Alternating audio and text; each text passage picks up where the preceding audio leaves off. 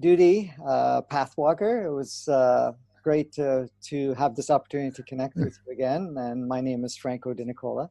And it's been, well, almost a year since we last connected. Mm-hmm. We had the opportunity to play with a variety of subjects. I must say that I've had, people listen to our conversations that we've had. And Mm-hmm. many people, like I've had other interviews over the years. Mm-hmm. And I've had really, really strong comments that our interviews seem to be more interesting, and the fact that how you interject and how you share the questions you ask seems to be right on target with a lot of things that people want to deal with and understand and have clarity Thank on. you. Thank you. So, I haven't had anybody. And then I had actually a lady that had said, listen, you got to make this more public. You got to let more people know because they have to listen to this, because what you guys are sharing is really, really helpful right now with all the changes and everything else that's going on, right? I'm humbled. Thank you. And plus, with all the information out there, there's a lot of confusion too that people are having. So it's great that we're absolutely doing this. So. Anyways, as for myself, we get to play. It's always a pleasure. I've been doing this type of work I figured it out just a little while ago that I've been doing this work for 33 years now. Mainly doing consulting work with people, assisting people and so forth, but also doing various groups and talks and then seminars and webinars and teleseminars and all that stuff over the years. And I didn't realize it was that many years. It was just the other day I was looking back at when I started, and I go, wow, I didn't know it was that long. I knew it was a long while, but I didn't know. But anyways, so go ahead, Dudi. Let us know what got you all going into doing this. Okay. Thank you very much, Franco. I'm really humbled. I've just got the message to use and go public with my spiritual name, which is Pathwalker. And this is the first time I'm using it publicly. So I'm kind of excited about it. And I had a lot during this past almost a year. And it was indeed a roller coaster. And I'm very grateful for the talks, because it really helped me to align and reconsider my spiritual decisions that I made during the following year. And today, as we speak, is Yom Kippur, is the Atonement Day, the Jewish Atonement Day. Yeah. Now is the eve, kind of going out of the Atonement Day. And I returned from Colombia yesterday, the eve of Atonement Day, and I had this day, Atonement Day, to reflect about this trip. And as I'm returning from this trip, I get connected to you. And that trip was about being in the heart. Connected with you is about connecting the heart, the brain, my culture, my civilization to the heart. Right. And in our previous talk before recording, we discussed the topics that I'm really, really eager to start talk about. And I know that these coming months are critical. I don't know how. I feel it. Yeah. I feel the intensity is rising, and everything is what's the name in English? Okay, on a limb, on a branch of tree. Oh, and hanging on the limb. Yeah. Like that. And we need, as spiritual teacher or guides, to assist the population with releasing the fear and going into a place of trust and awe, which we are in. I am in. Yep. Okay, because I had my own experiences, but people are in the mind, and well, let's leave it. Let's go into the Yeah. discussion. Yeah, and what you're saying about living in the mind or from a mind perspective, the mind is very analytical and it's program Hmm. based. So it has to have certain things in alignment for it to actually have a grasp of it. And the mind also wants to control everything. So in that Hmm. case, Yeah, big. especially now when things are not consistent and things are changing very quickly, and there's a lot of things that are Hmm. not what we're accustomed to, Hmm. especially with the energies and stuff that people are feeling right now, they feel a little bit more going, I can't process stuff because things are moving and changing around me and nothing seems to make as much sense as it used to because the mind likes everything in compartments, right? It's got to fit here and Yes, then here and then safe, here. Safe. safe, That's correct. safe and control. Control is Exactly. safe, and vice versa. Correct. Correct. So now it feels almost like there's no control. And then the first flag that comes up is this is unsafe. We can't control it. It has to be unsafe. If we don't know every step, and this is why there's so much fear around change, because Hmm. change means I'm getting out of the range of what I have arranged as a compartment of where we know the ins and outs. But if we're going to go outside of that, I'm not all figured this all out yet. So Hmm. it's got to be dangerous because we need to know ahead. We need to plan ahead. We need to test everything out ahead before. So this is why people experience, fear and change, right? A change has to happen in their relationship, their career, their life, this and that. And the first thing the ego mind wants to do is like, no, no, no. This is afraid. We have no history, no projection forward. We don't know how this is going to work out. This has got to be Hmm. dangerous, right? It's, So it's also it's also about losing the current benefits. correct, correct. But the interesting thing about it is you probably noticed, Dudi, a lot of times the current effects, the current gains are very uncomfortable for us. And also, not only uncomfortable, uh, Hmm. it is getting to the point where that something needs to change, but it's going Yeah. to hold on so tight because if it doesn't, then it's going to be like you said, we're going to step out of it, and I have no control over this, and then Hmm. it's going to be dangerous. So better be Yes. uncomfortable where we are at than looking outside of that, Yeah. Yeah. and that's what. Absolutely. And that's when you're working from here, from a program mind aspect, and that's why the topic that you just mentioned about now Mm. coming from a higher perspective, because the higher perspective does not look at the surroundings and calculates and organizes and structures and uses the history as what do we do, what we don't know, if we do this can Hmm. happen to us or anything of that nature.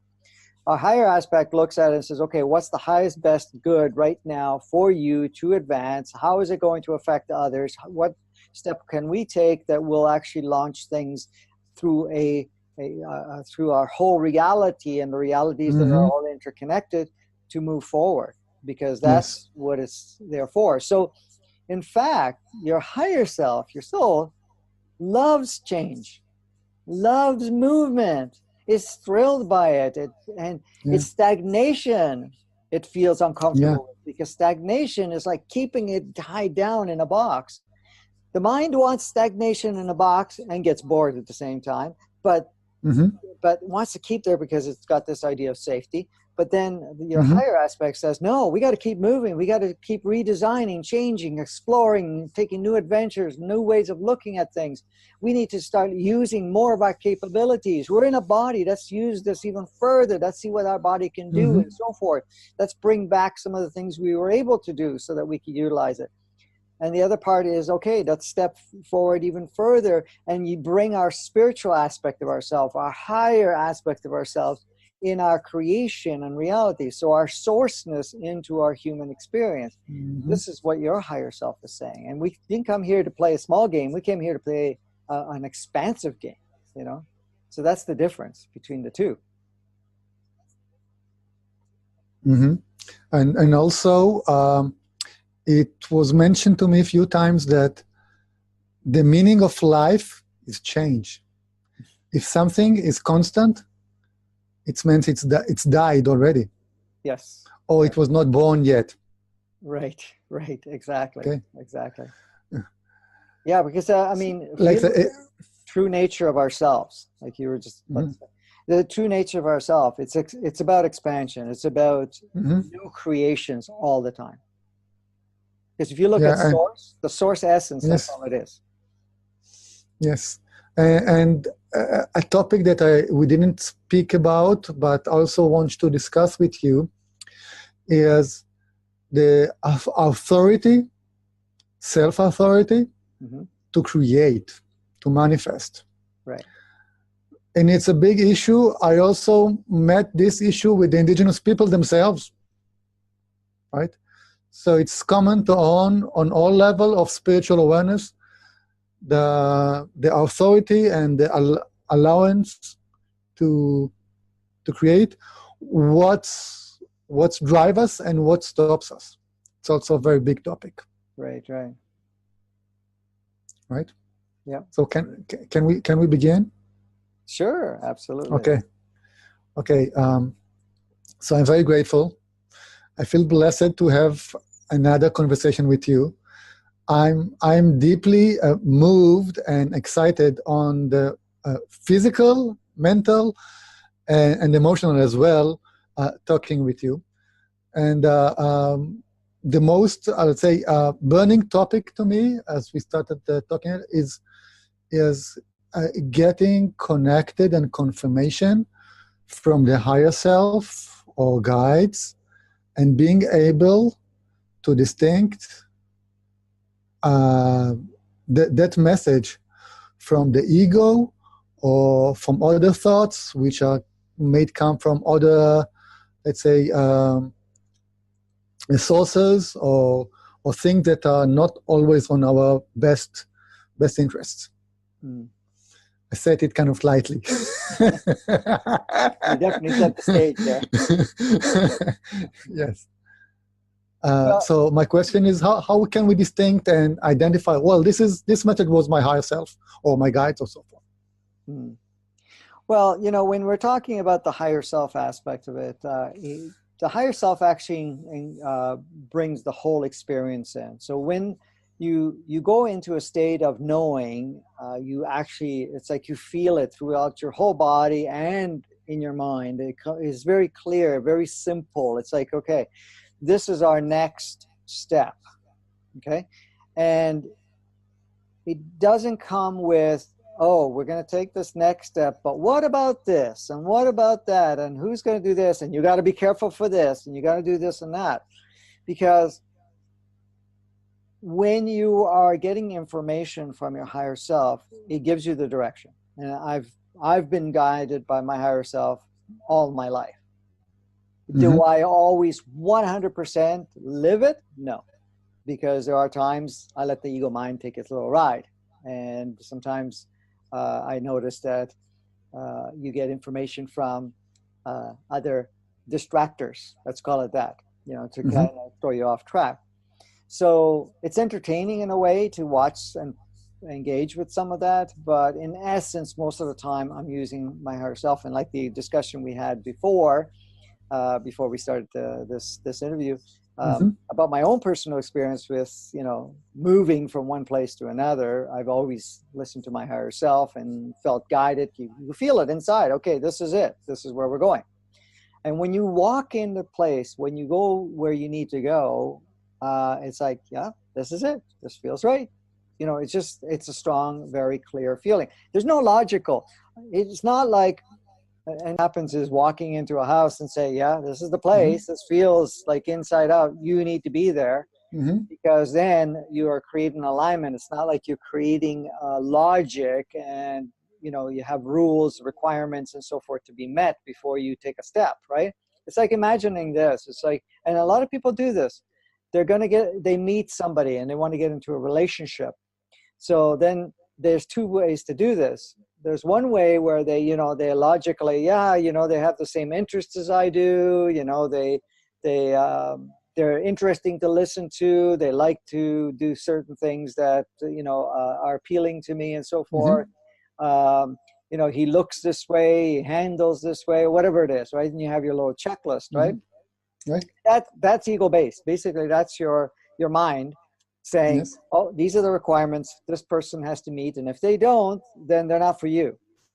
But the other part of it is when you meet somebody, you feel like this strong connection coming from here. And it's like, wow, you may have a lot of things that are not so in common, but there's a pull. Because And the other way as well. Yes. And there's kind of opposite of pull is a push. A push. Yes. So in essence, it's like, okay. And then what that is like everybody has this active in them. But what we do is we don't trust it. We started to discount it. So in essence, what happens is if we start to feel something, we go, no, we got to logically figure this out, right? It's the same thing with people in technologies, doing technology and repairs and stuff like that.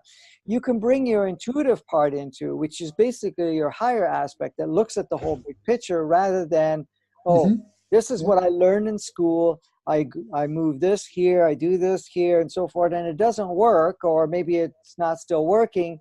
And now they're trying to rack their brain to see how they can, and they do research and so forth. Meanwhile, if they just tune into it, how many times have you had the experience where you quieten down for a moment and you say, okay, stop. Let me just let me look at this. So you look at it.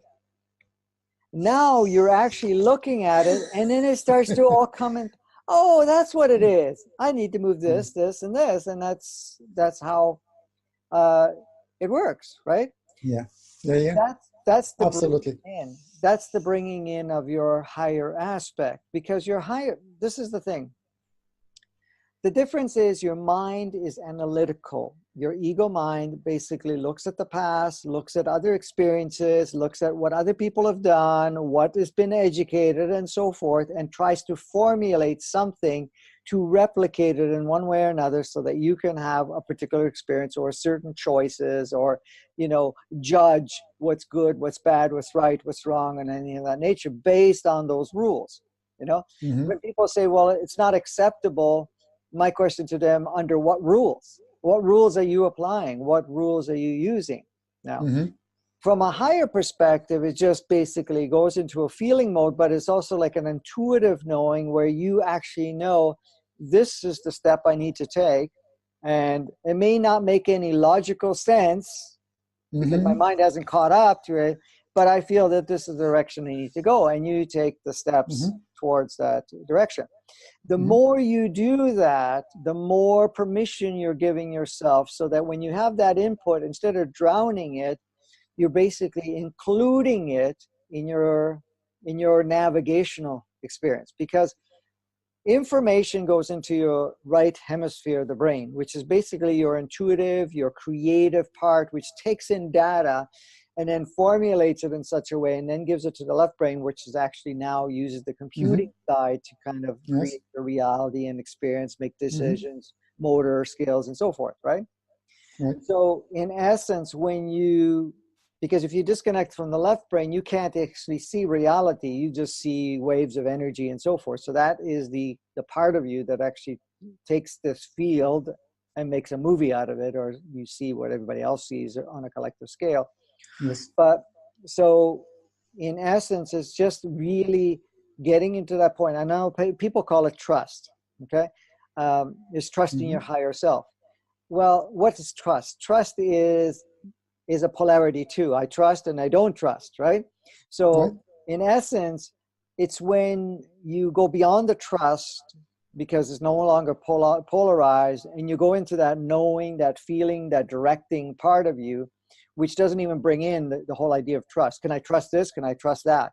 Like, for example, somebody tells you something, you say, well, should I trust what the guy is saying to me? But if you're very intuitive and you're listening to yourself, you say, yeah, no, that doesn't resonate, or this is not really applies to this particular application in my life or situations or anything of that nature. You'll know. So it's really giving ourselves the permission. Now, one of the things that really works really well is quietening the mind for periods of time where you can actually listen to yourself, or connect with the cues. This is what I do with a lot of people, or a lot of people have been doing for years, actually, with the meditation. It's just to quieten the mind and really connect with yourself so you can have a dialogue. Now, of course, the dialogue is also very interesting too, because how do you have the dialogue? A lot of people, what happens is like, oh, I want to listen to my higher self, right? Yes. So then they go, oh, okay, now I'm going to do everything that the higher self says, but I need to also include this part, which I have to analyze everything my higher self says, right? So your higher self says, go from A to B. And your mind's going to go, okay, what's at the end of B? What am I going to get? Is there any issues on the way over? Do I need to bring this person in, do this, do that, whatever it is? And it's trying to analyze. And your higher self says, no, just take the steps and everything will unfold moment by moment, right? Don't try to analyze your steps, right? Should I do it? Should I do it? Should I trust it? Not trust it? All of that stuff also impedes in all of that. So the exercise is to put that aside and say, okay, ego mind, we're just going to follow because we feel that this feels great moving this direction. And that's it. I'm not going to question it. I'm not going to analyze it. I don't need 10 people to acknowledge me and prove that I'm on the right track. You know this, Dudi, where, you get an intuitive and now you have to ask 10 other people to confirm it for you, because the mind is saying, well, come on, you can't take that information only. You got to check with other people. You got to check with other situations to see, we're really on the right track, right? So now you have to get advice, and you have to get psychics or whoever to kind of give, feedback. But that's the only thing that's asking for feedback is this, the ego mind. It's not your higher self. The higher self says, take the steps. Let's go. We're in it together. Let's move that direction. That's it. Very straightforward. Okay, let me fine tune it, because you explain it on the positive messages, directions. Okay, let's talk. Well, in my current, let's say, level, I request for personal, for external. Physical confirmations. People say something, animals, numbers, signs, street signs and so forth. Sometimes I get, sometimes I don't. But I set a time boundary. So if I don't get a message within, let's say, 2 days, 1 day, a week, it's definitely a negative sign. So that's one of my techniques. But let's talk about on the more serious things. It's about fears. Let's say I have a fear. Let's say I have a caution, a message for my higher self. Today, don't go to that trip or to that hike. It's dangerous, and it happened to me. And a few days later, people were killed by a terrorist attack on that trail. And sometimes, one time I didn't go to work. I told my wife I feel bad to go to work. And later there was a violent demonstration on that same street, not for my workplace, but it was a violent demonstration. So I was intuitive. But later on, I also had some kind of fears of going places, and said, well, is this my higher self? Is this my higher self, or this is my fears of getting so this is because I am kind of very cautious person on some sides, and learned fear.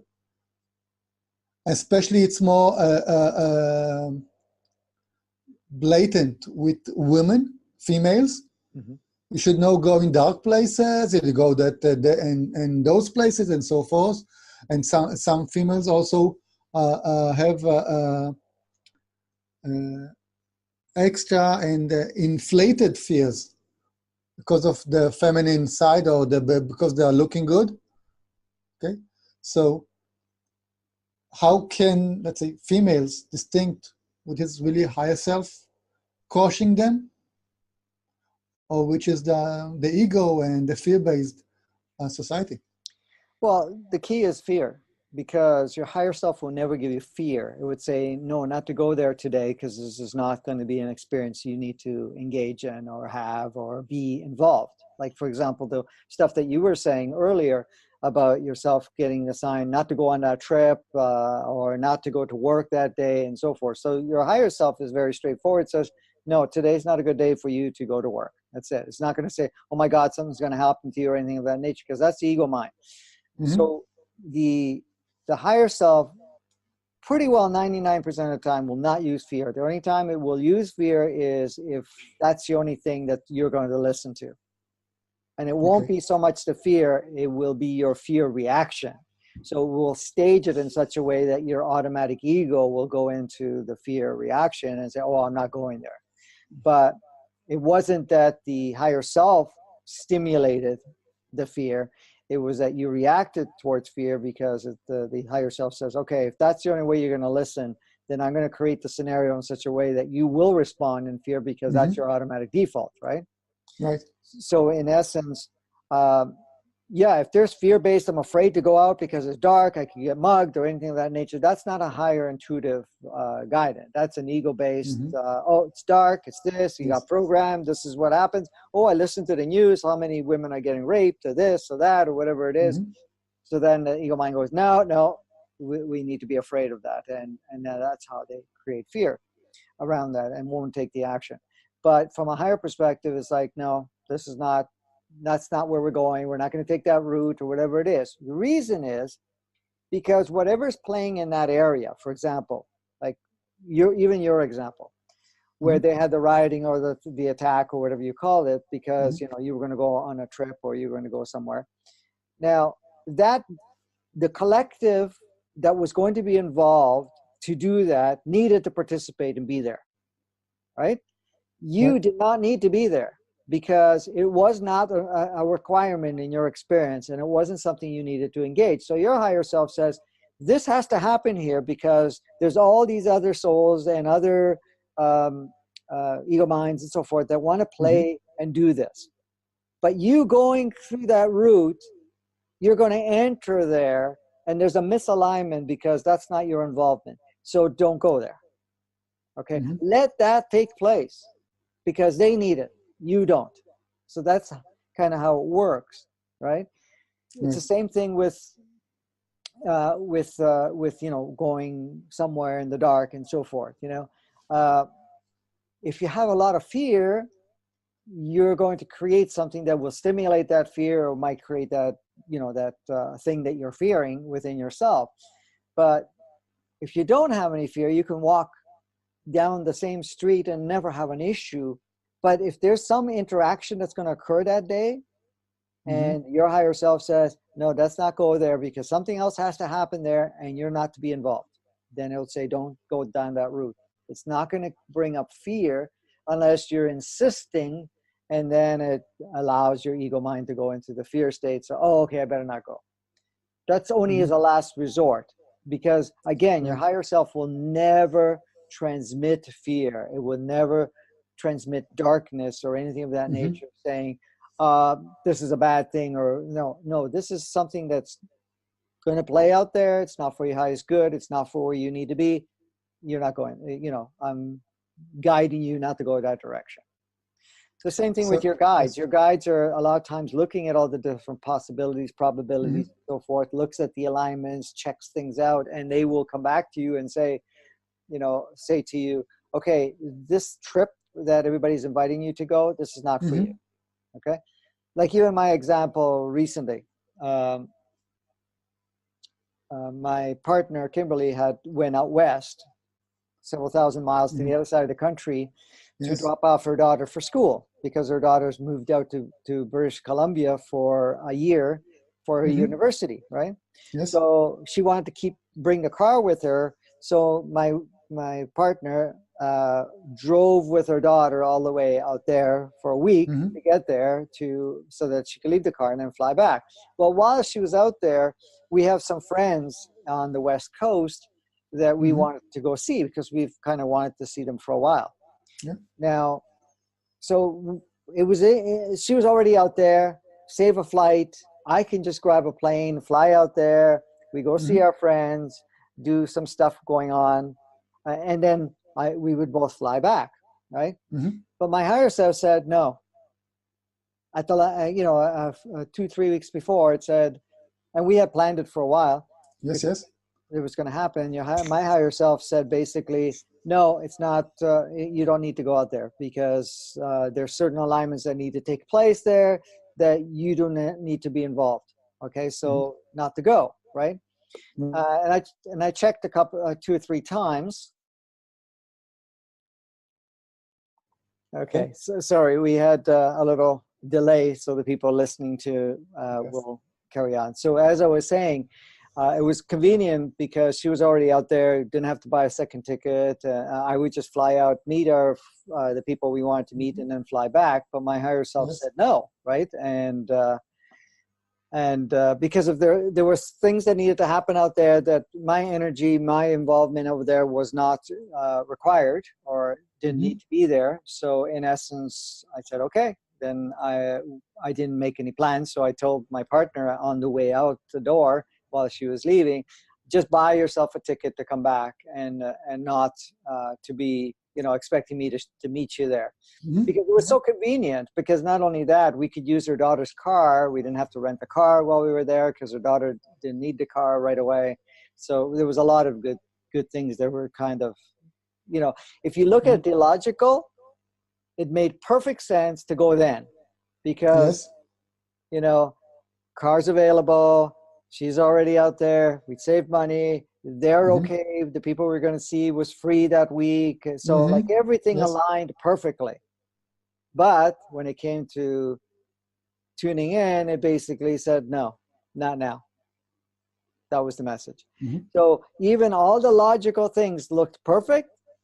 It wasn't that, and I didn't go. So in essence, because I had to listen to that part. If I didn't listen to the part, and I would have went with my mind, whatever interactions that may have not been so suitable would have taken place. And that's happened before. I've done that before in the past, where oh, come on, this is like perfect. Why am I gonna miss out this opportunity, right?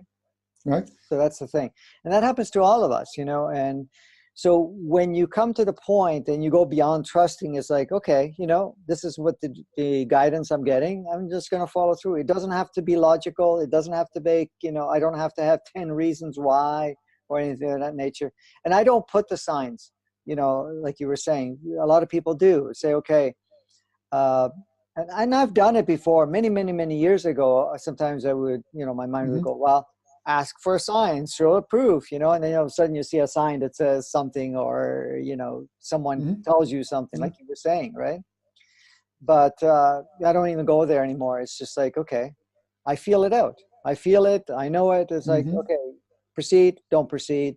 And that's how I go, because I got used to it.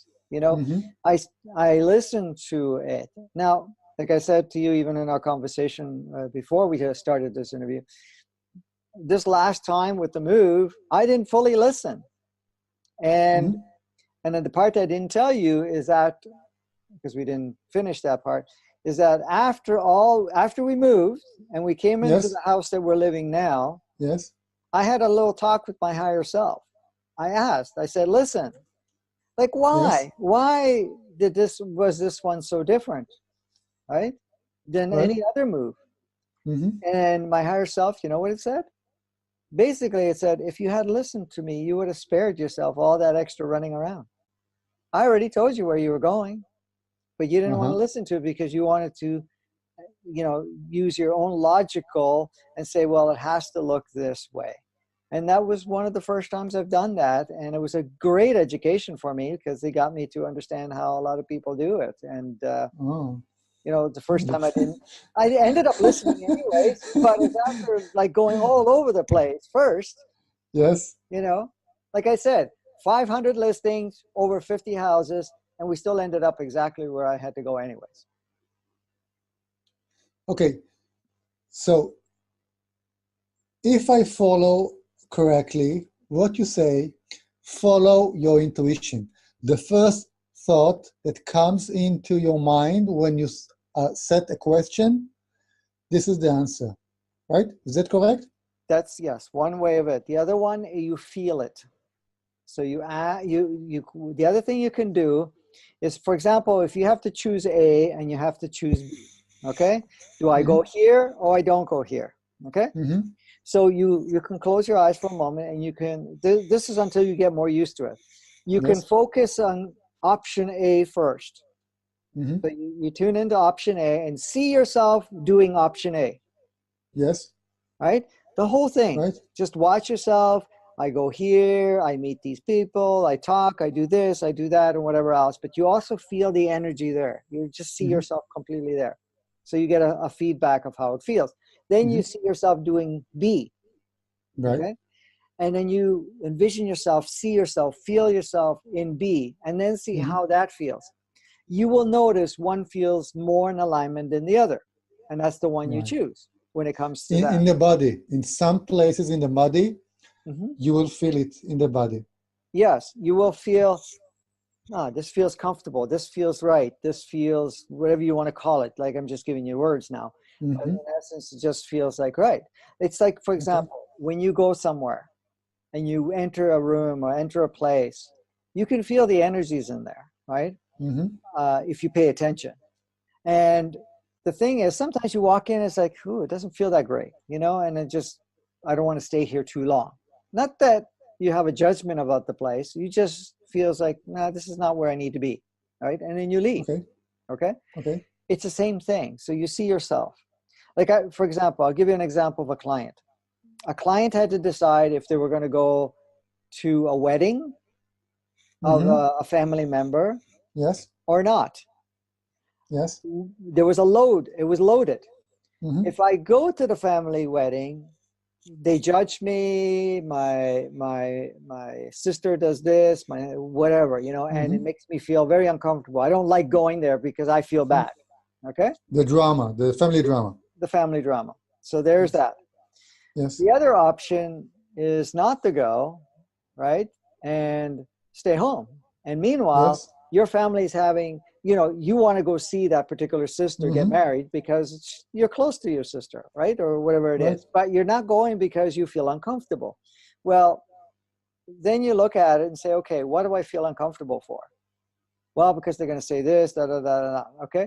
So in essence, you change that. You look at it and say, okay, you know something?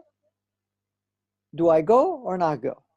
You can feel them both out. And in this particular case, neither one felt good. Well, I don't want to miss it out, but I don't want to go there and get judged, right? So in essence, let go of the idea of being judged, let go of the sensitivity of being judged, let go of that it should be one way or another by just, okay, I'm not going to put that in consideration. I'm just going to show up because I want to go there because I want to go see my sister get married. That's it. Straightforward. That's all I want to go see. You're not going to bring in all that other stuff. And then you envision yourself just going there. Doesn't matter who says anything. You don't even have to put any focus on that. Just see yourself, seeing your sister getting married. And how does that feel? And she said, oh, it feels good. So what did she decide to do? She went to see her sister get married, right? But when she arrived there, I told her the exercise we had done together was to let go of all her things, sensitivities about possibly being judged by her mother, being judged by her family and aunts and whatever else, right?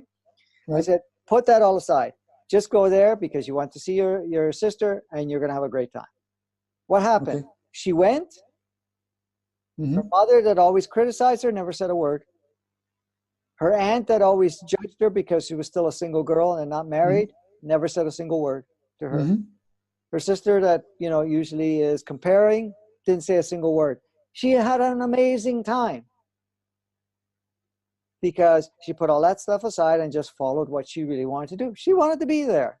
She was not wanting to be there because the mind was saying, well, you go there, you're going to get judged. You go there, your aunt's going to, give you a hard time because of this. Your mother's going to give you a hard time. Your sister's going to give you a hard time. You don't want to go there. Why would you want to go there? Because there's all this negativity. Yes. But the negativity is only your programs, right? So if you Right. don't have that, you put that away. So that's the exercise I've done with people all the time when they have to decide something, is those things. See yourselves in those particular situations. If anything Mm-hmm. comes up, take it and move it out of the way. Move it out of the Okay. way until you get the clarity. And this is one of the Okay. things, there's a new technique that I've been teaching people. You know, when you have to say write something, okay? For example, you want to write an article Yes. or a book or whatever it is. Yes. Mm-hmm. What happens to most people? Writing is not the problem. It's the fact that we judge it, we compare it, we bring everything else in front of it, and we Mm-hmm. feel overwhelmed, or we feel that, oh, you know, Mm-hmm. where do I start, or anything like that. But if you take Mm-hmm. that all out of the way, Mm-hmm. okay, and how do you do that? As soon as it comes up, you push it away. You not push it away. You just put it into the field of potentialities. No, Yes. no, no, no. You want to get to the point where you have this piece of paper, this pen or a computer, and Yes. you, nothing else. No story, no overwhelm, no nothing. So then when you're there, you start Yes. writing your thoughts. Very clear. The same thing with when you have a conversation with somebody. You put away, oh, I'm afraid to talk to them. They may judge me. Put that out of the way. You Mm-hmm. know, I may not be able to express myself. You put that out of the way. How about if I, fail in saying what I need to say? You take all that out of the way. So you get to the point where it's completely pure. Mm-hmm. The person you're going to talk to and you, nothing else. No Mm-hmm. stories, no filters, no resistance, nothing. It's just the two. And then you let the dialogue take place. Perfect. Then it all comes out the way it needs to go.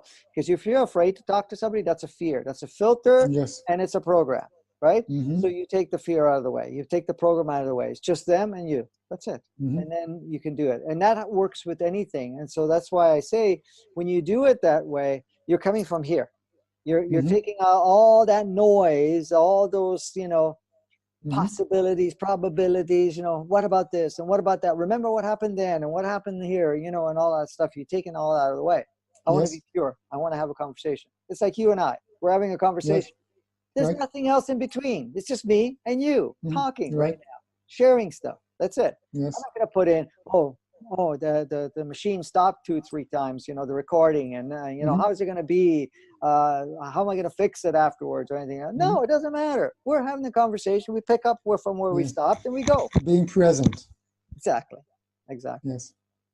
So Yes. the more you do that, the more you are giving yourself the permission to listen to that part of you. And Mm-hmm. and you alluded this to before. You said it's the first thought. Yes, if you ask yourself a higher question, you say, okay, is it for my highest good to go from A to B to do this today, of some sort? Mm-hmm. Because you're not going to ask yourself, should I, you ask your higher self, should I go or shouldn't I go? Because what's going to higher self? There is no shoulds or shouldn'ts. There is Oh, no shoulds or okay. shouldn't. Okay? You say, okay, would it be conducive? Would it be highly beneficial for myself or others to participate in going to this event or going and doing this today or going Mm-hmm. whatever, right? When you ask that question, then you get a more clear answer. But what we have to also pay attention is you don't ask the same question 200 times, right? Right. For example, I had a lady that we were having a conversation with, and so she asked her higher self about some guidance, right? Her higher self gave her guidance, right? But meanwhile, she kept asking every so often, should we do this?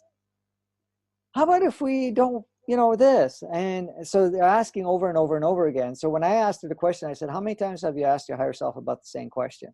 Mm-hmm. Oh, a couple of hundred times. I said, what do you think is going to happen? Your higher self stops talking to you. What seems stops talking to you, because in essence, what happens is you're causing doubt from this level, and it's like, I'm not Mm-hmm. here to entertain you. I already gave you the instructions. Follow the instructions, or I gave you the guidance. I gave you some clarity. Follow through with the clarity, and don't worry about the rest. It's like this. You say, go from here to here, and you take one little step and go, are you sure? Do we have to go there?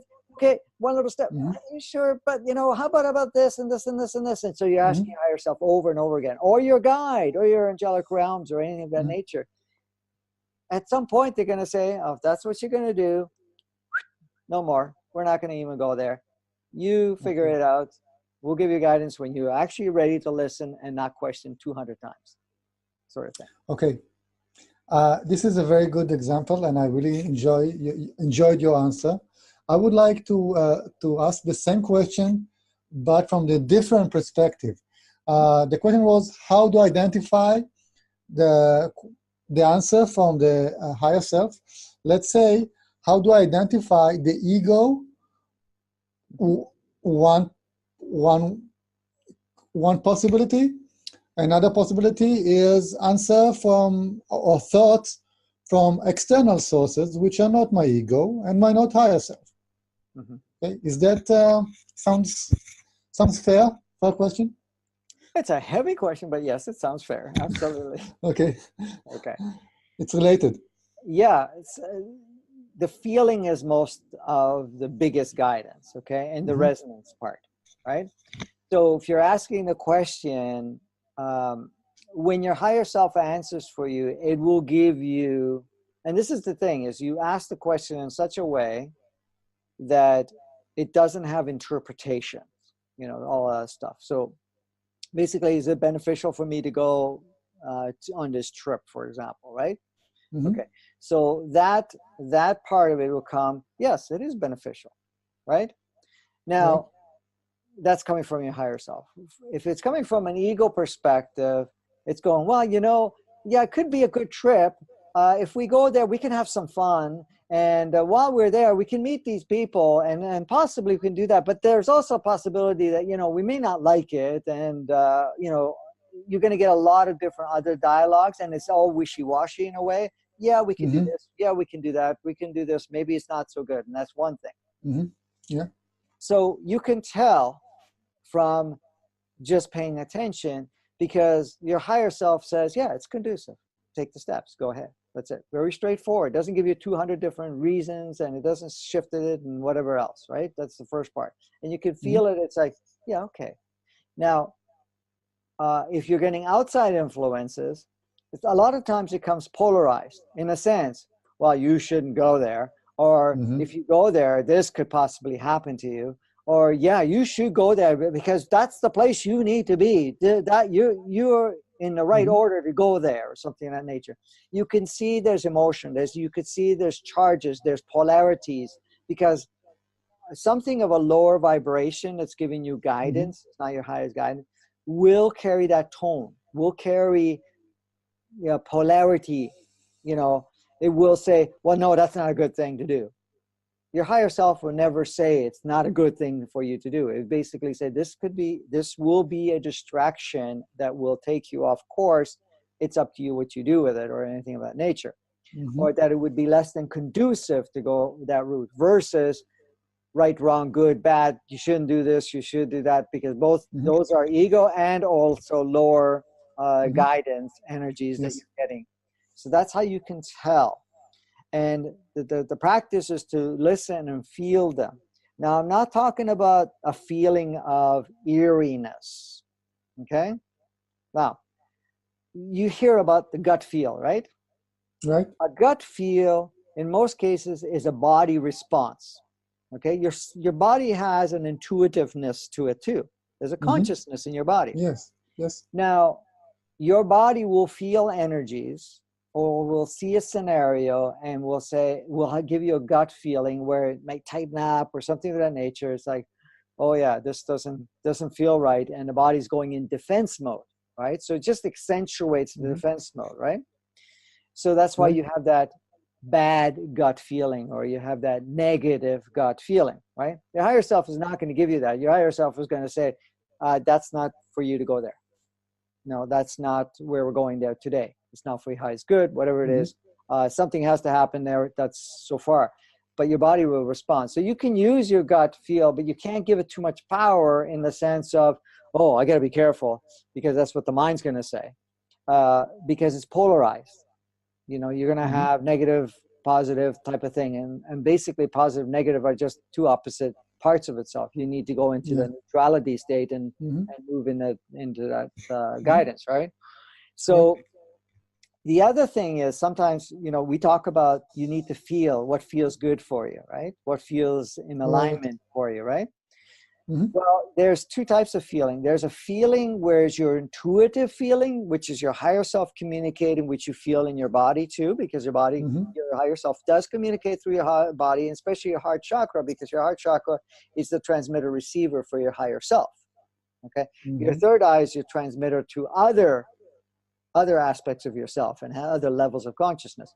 But that's from a higher self, and your soul family and your oversoul all comes from this direction, right? So in essence, when you feel, and it feels like, okay, it feels in alignment here and so forth, that's great. But if you're feeling emotional charges, emotional fear, emotional tension, emotional that is ego mind generated, which activates the body's response. Okay, so there's two types of feeling: emotional feeling, and then there's intuitive feeling. One is very neutral, very smooth. You can feel it. It's like, no, that's not the place we need to be, whatever it is, and that's fine. We don't go that direction. The other part is fear-based. Ego mind operates from a body perspective where you're going to feel tension, you're going to feel fear, you're going to feel all type of stuff. So there's two types of feeling. So you start to learn about the two feelings, and you now follow that the intuitive feeling versus your reactive emotional feeling. And then the other, the one in the one also that plays in that is your gut feel. And from a gut feel, you can acknowledge the gut feel, but don't give it as much power in how it's being demonstrated or projected in you, because in essence it's like it's going to go on reaction mode sort of thing, right? It's like, no, like for example, you're walking on the edge and you can see that you could fall, right? And your body's going to tense up, right? That's kind of the body's response saying, oh, we have a memory, that can fall, even if it never fell itself in that way, but it's watched other people fall, or it's actually a carryover from the entities, your own personal entity from a past life where it actually fell in that. So it has that memory, and now you can experience it in your body, sort of thing. So those are, you start to learn how to navigate with those parts of it. And then once you get more proficient in it by just practicing it, and the best way to practice, Dudi, is to observe how different things feel. Okay? In the body. In the body, and also the thought forms, right? You can feel. Like I say to people all the time, you'll never get positive, negative thought forms from your higher self. It's going to give you very clear clarity. This is not the direction for you. It does not serve, and so forth. It's not emotionally charged or anything of that nature. If it goes, no, you're going to go there and this is going to happen to you or something like that, then of course that's all based. And the same thing with, when we're getting, like even people channeling and so forth, you can tell when the channeling is more authentic and it's much more clear without having any baggage attached to it, when it's not polarized. I am. Yes, thank you. So you can tell. Okay, it's like, okay, that's a good message. It stimulates, it connects and resonates and so forth, and that's fine. But if it's going, oh, these are horrible people, we got to take down these people, we got to do this and that, then you know where it's coming from. It's not coming from a more conscious awareness of its existence that's sharing that. It's polarized, and it's basically fear-based or something of that nature. And like you said, you've already experienced stuff like that. Okay, thank you. I had a kind of a discussion about this very issue with my local spiritual teacher. She teaches me about almost now 20 years. And the discussion was, is it, the issue was external thoughts. Sometimes we go around people or places, and we receive thoughts, energy, and so forth from the external, positive, negative, no matter. Mhm. And I discussed that, and she said, you know what, Dudi? It's not important for you if it's internal or external forces, and what are the forces. It's important whether it serves you or not. Mhm. What's your perspective? Yeah. She told me I should be observant to the thoughts and be ready to release them, because that's our prerogative, to be responsible for our thoughts. Yeah, and when we're talking about responsible to our thoughts, is how much power I'm going to give to the thoughts, and how much is it going to actually end up navigating our experience. That's the thing. So it's like you can have a thought, but Mm-hmm. is the thought going to be something I'm going to take action and base my life around, or redirect myself because of it? So if a thought comes in of that nature, you want to make sure that the thought is actually in alignment. It feels in alignment with where you feel from a higher perspective. Mm-hmm. That's the direction for you to go. Like for what she was saying, it's true in the sense, yeah, you're going to walk into a room, you're going to pick up thoughts. You're going to pick up thoughts from the collective, but you're going to also pick up thoughts when you're in a group, right, Mm-hmm. of Yeah. people, or even just walking by, you're going to pick up thoughts, right? In Mm-hmm. essence, by being observant, you're going to look at it and say, okay, how does this thought serve me? Is this something I need to even pay attention to, or do I just let it go, right? And I'm not going to give any power to it. Something. Mm-hmm. A lot of times what happens is, what I find when I'm picking up on other people's thoughts and stuff like that, it's like, oh, okay, how does this serve me? What do I need to learn or experience from this? Or how can I gain from it in a way where I can be better proficient in understanding people and be able to facilitate them, Yeah. right? Because for a period of time, and I still have that issue now, Mm-hmm. and it's not as bad. No, that's not, reword that.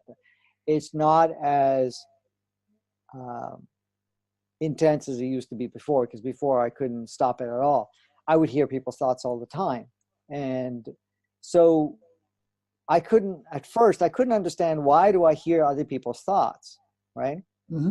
Because there was Mm-hmm. already enough noise as it was. I didn't even have to hear other people's thoughts. But in reflection, I noticed that by listening or paying attention to other people's thoughts, I learned how people respond and think. So it gave me the edge on how to communicate with them, so that I can actually direct the conversation better, because I know where their thought forms or thought patterns were. So Mm-hmm. that in essence, instead of feeding the thought going Mm-hmm. negative, it's like, okay, I'm not saying, well, I'm reading your thoughts, or I can hear your thoughts, or anything of that nature. I would say, most people think this way, and and they go, yeah, I'm thinking the same way myself. And most people think this way, or a lot of people think this way. But if you looked at it this Mm-hmm. way, or shaped it in this form, I noticed that it changes. And it's like, whoa, yeah, you know. So for me to hear other people's thoughts for the longest time was very instrumental for me to understand the thoughts of people, and then also how to Mm-hmm. communicate with them, right? So if I'm going to walk in a room and I hear the thoughts of the people in that room, I go, oh, okay, that's where everybody's energy is right now. This is where everybody's focus is in. So Mm-hmm. if I'm going to say something, if I'm going to interact, I will now already know, so I can actually change that whole dialogue by just plugging in a different way of speaking with them, because I Mm-hmm. know where their thoughts are. So I'm not going to feed Okay. their thoughts. I'm just going to help them shift it or see something different. So in a way, it can be useful, but do we give it power and use that to navigate our life? No, you don't. You don't have to, and you can for a little period of time to just get a feel how it works, or to Mm-hmm. see, if I actually took that choice, what the outcome might be, or anything of that nature. You can do that, but in essence, I wouldn't put that too much power, except that, okay, am I hearing this because somehow I need to engage in this conversation, and I'd like to know how other people are thinking, so that I can actually be more instrumental for them Mm-hmm. when I do speak, or when I do communicate or engage, or anything of that nature. See, that's Mm-hmm. where you could look at. But you also get thoughts from the collective. And I observe collective thoughts too, because in essence, it gives me an idea what topic I'm going to talk about, because now I know what people are thinking. And it's like, okay, we need to address this topic because people's minds are stuck in that belief system, you know, or those patterns of thoughts. So how can I best serve them by shifting that for them, by sharing something that would help them to do that? So I usually use it, but I don't give it power, saying, you know, that's whose thoughts are those and whatever. You get used to understanding where it's from by just observing, like you were told by your teacher there. By observing, you can tell, is it my thoughts? Is it something outside of thoughts? How does this serve me? What do I need to observe? You know, you're just kind of asking that to yourself and say, oh, okay, this is beneficial because I can do my next interview on this thing because of the fact that, you know, I have this thought, or somebody else has these thoughts, or the collective has these thoughts, or whatever it is, right? Well, this can open a different interview about responsibility for thoughts and the identity of thoughts. And I believe it's a good point now to what's called to stop this recording and start another one with the next topic which we had on our list. Yeah. Okay. Perfect. How